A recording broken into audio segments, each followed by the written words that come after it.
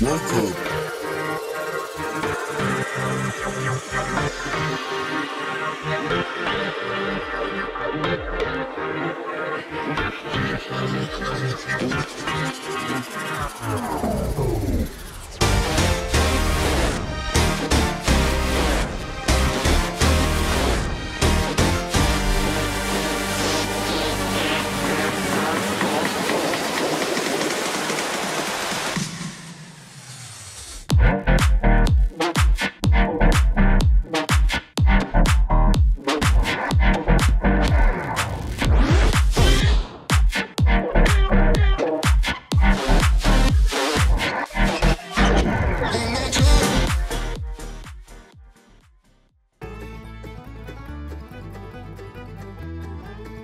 Welcome to the Everything Podcast. I am your host, Chuck Manity.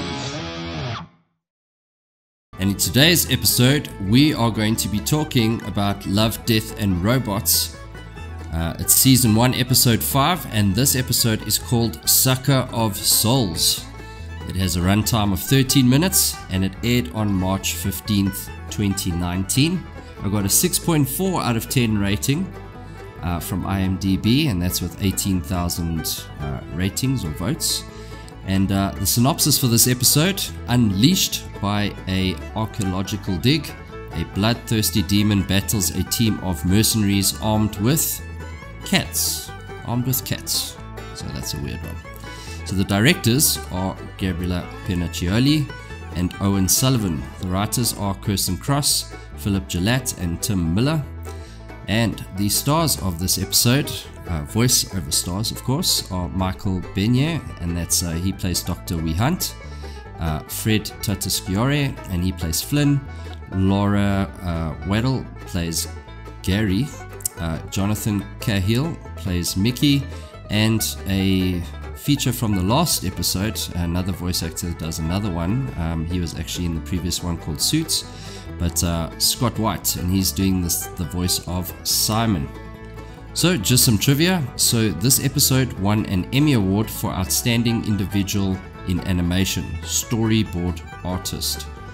So yeah, that maybe would be a little bit of interesting information there for you guys. But without any further ado, let's get straight into it. As usual, it opens with the Netflix logo, as well as the title sequence. So it opens up with some scary music with two people running down a very eerie looking tunnel. So running down this tunnel is Flynn, who's quite a big tough mercenary looking guy, and then there's Dr. Wee Hunt, who's a smaller, more frail looking man, and he falls, and Flynn has to go back and obviously grab him to save him. And you do see one or two cats in this tunnel, obviously foreshadowing with what's coming up a little bit later. So this intro part with them running down the tunnel and obviously shooting at something, whatever's coming their way, you don't actually see it in the beginning, but that's just sort of a snippet of the future, and then it immediately cuts to this opening, like it almost looks like a temple opening, and that temple opening, the doctor is busy searching for something in this place, and he comes across something quite important, makes mention of it, and the mercenary Flynn has absolutely no interest in this, because Dr. Wee Hunt is obviously an archaeologist, so this is very exciting for him. Flynn couldn't care less. He even says that if he has to care, it would cost extra. So they find a tablet, and it has some sort of very archaic looking writing. The youngster with the glasses that is helping Dr. Wee Hunt is busy deciphering it, and it says the following: entombed here is the devourer of children, Black Prince, and the sucker of souls. Flynn finds this very funny because he's got a bit of a juvenile sense of humor. Flynn gets onto the radio with Mickey, who's in a completely different section of this whole tomb or catacomb type thing, and he's telling Flynn to hurry up because he's getting cold. The young gentleman with the round glasses, they haven't announced his name at this point, so I don't want to spoil anything, but he's hearing sounds coming from one of the tunnels in the catacombs, or from this tomb. So as the youngster goes to investigate what this noise coming from the tomb, he sees hair coming down from the top, and that's when the face of what looks like some sort of vampire is officially shown for the first time. Then you hear a loud scream, and the young gentleman is running away from the thing that he's just seen in the tunnel.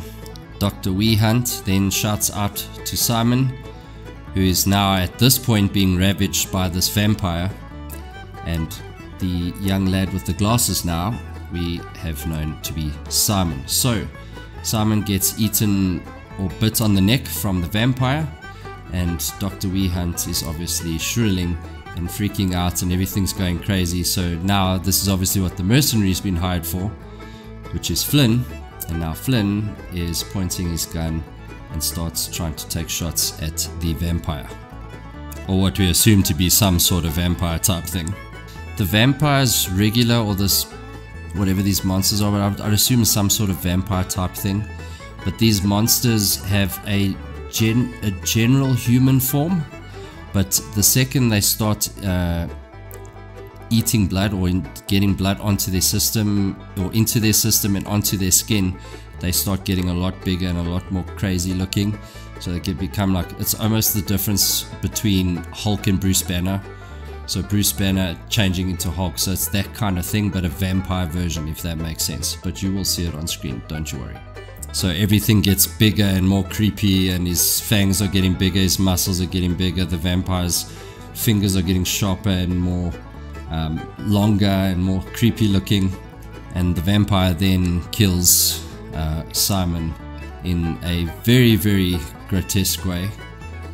So if you do not have a stomach for Love, Death and Robots, I wouldn't recommend it. However, if you have been watching so far, you obviously do, so I would recommend the show. Not my most favorite Love, Death and Robots, if I'm honest, but still pretty cool. I mean, the story is not too bad, somewhat predictable at times, but it's still a lot of fun.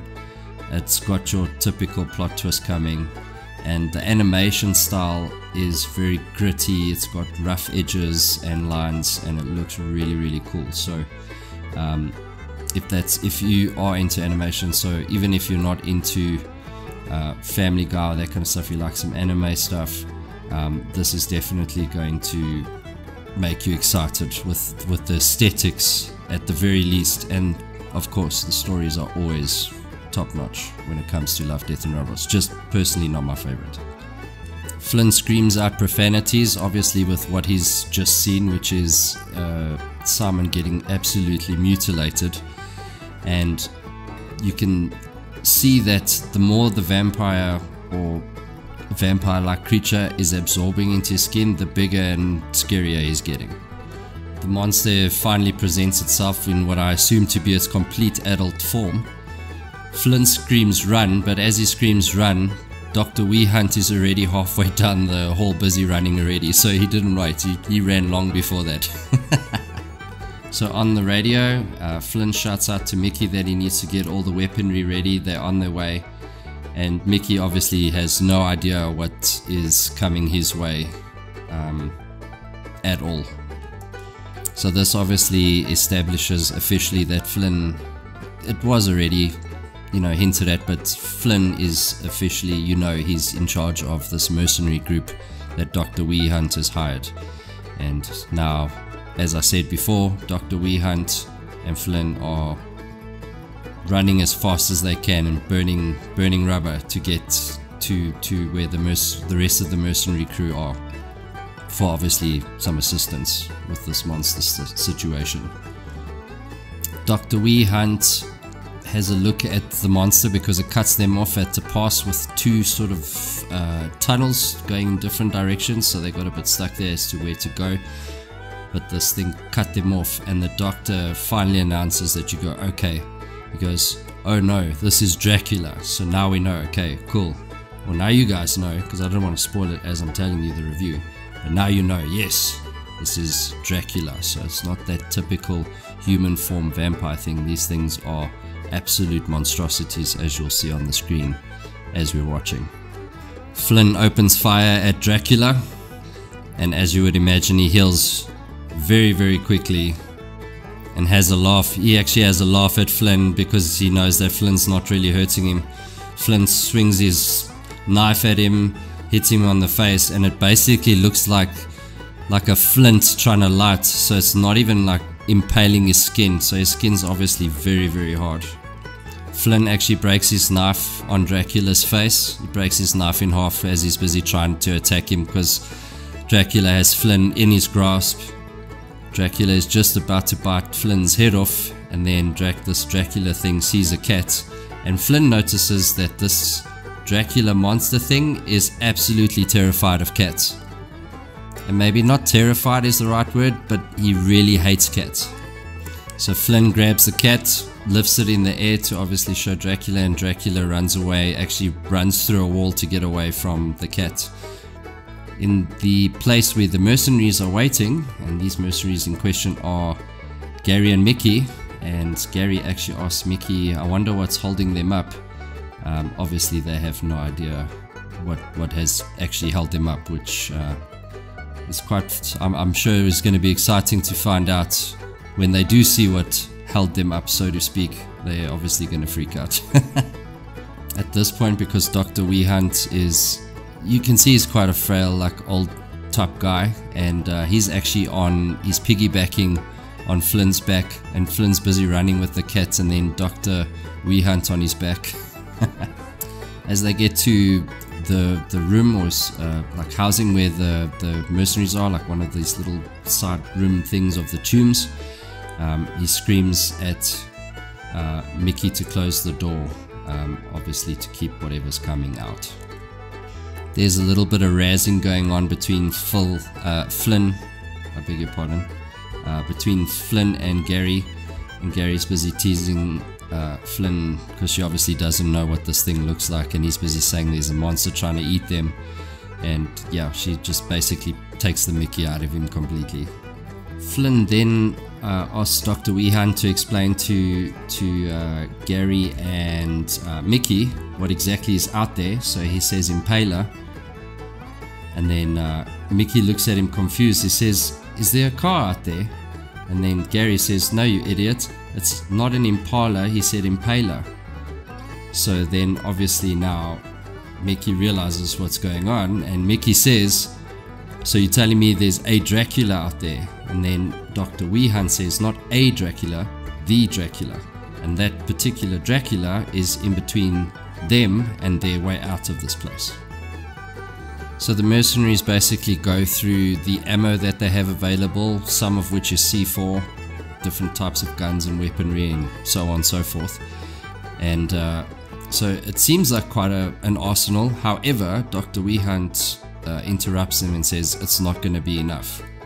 He actually makes mention to terrorism or terrorists. He says you're not dealing with terrorists here, you're dealing with Dracula, the Impaler, the Dark One, all sorts of other crazy things. Yeah, the last thing he says there is it's an ancient evil force that defeats whole armies. So it's a formidable force, basically, is what he's saying.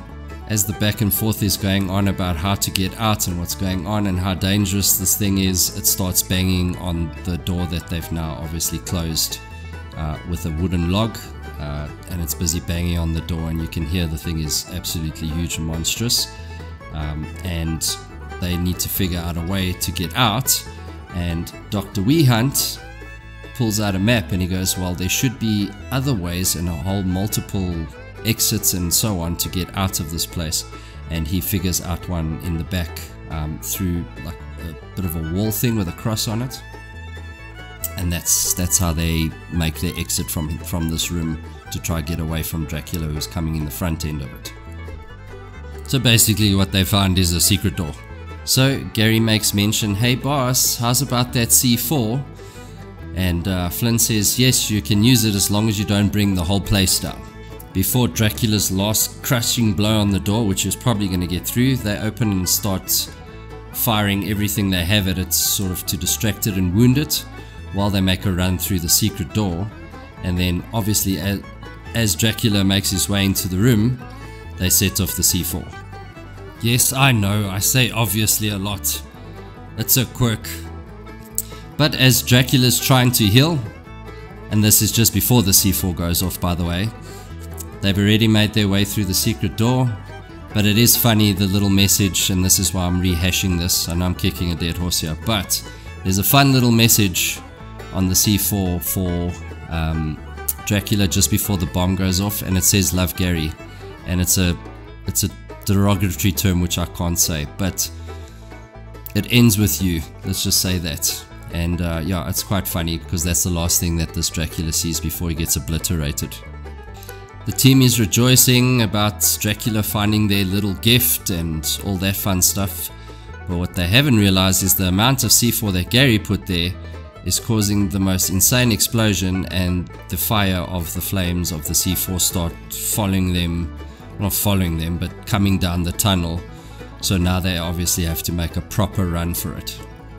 As the tunnel behind them comes crashing down, they manage to just make it in front of where the C4 blows up the whole tunnel, so they didn't get covered in the rubble of the tunnel.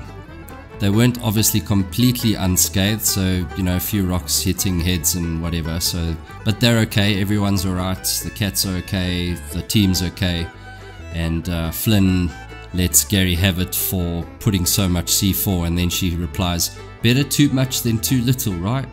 So yeah, I thought that was quite funny. So Flynn asks Dr. Weehunt, "Where did you say these tunnels lead to?" And Dr. Weehunt replies, "Probably more prison cells for..." And then Flynn lights a flare, and to their absolute horror, they're in what looks like a old dungeon cave thing, and it is absolutely filled to the brim with these monsters. And then the cats start freaking out and everything as well, because the cats know that there's just way too many for them to scare off. And it ends with where it pans to one of the monsters having a sort of jump scare type thing towards the screen, and then it goes black and you hear screaming, so you know what happened. And that is how it ends, with that typical Love, Death and Robots fashion. It's not really happy endings usually, to be honest, but it is that quirky sort of plot twist all the time, which is just fun. Like, I like it a lot. But anyway, stuff to look forward to. Ben is going to be doing The Boys, which I'm sure you guys are going to love, and one that I'm excited about. I'm sure you guys will be excited too. Some older comics, I believe it's from the 90s, with the Avengers comic segment or comic run, let's call it that, Avengers comic run, so that's exciting stuff. Hope you guys are looking forward to that. But regarding this episode, I hope you guys enjoyed it. If you liked Love, Death and Robots, please comment that below. If you like my review, put that in the comments as well. I'd love to hear what your guys' response is to the stuff that I have done. And then also on Ben's older videos, go check it out. There's some neighbor stuff that's really cool, and a couple of other reviews as well, so go and show him some love on those. But I'm just stepping in for Ben for a few days while he's busy with some of the longer stuff, just so you know. So obviously when you see me, you know Ben's got quite a bit to do, so I just fill in from time to time. But other than that, please do like, share and subscribe, and we'll see you in the next one. Goodbye.